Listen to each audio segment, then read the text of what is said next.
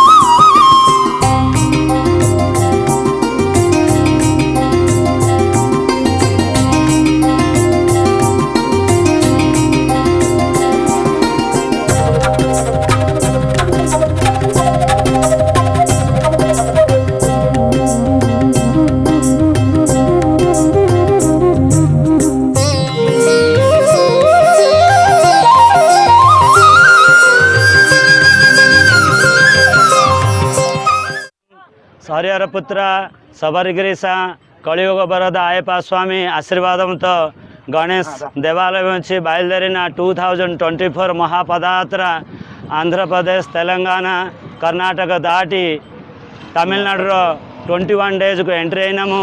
ఈ పదయాత్రలో దిగ్విజయంగా సాధించిన అందరి స్వామికున్న శిరస నమస్కారం.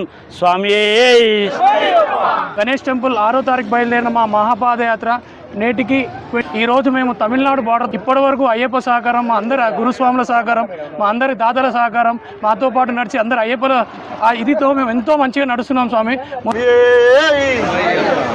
అయ్యప్ప స్వామి శబరిమల మహాపాదయాత్ర సికింద్రాబాద్ గణేష్ టెంపుల్ నుంచి బయలుదేరి ఇవాళ అందరి కన్న తల్లిదండ్రుల ఆశీర్వాదంతో అందరి వాళ్ళ ఎంతో ఉత్సాహంగా ముందుకు కొనసాగుతున్నారు. స్వామి తమిళనాడుకి ఇవాళ ఎంటర్ అయినాం మేము.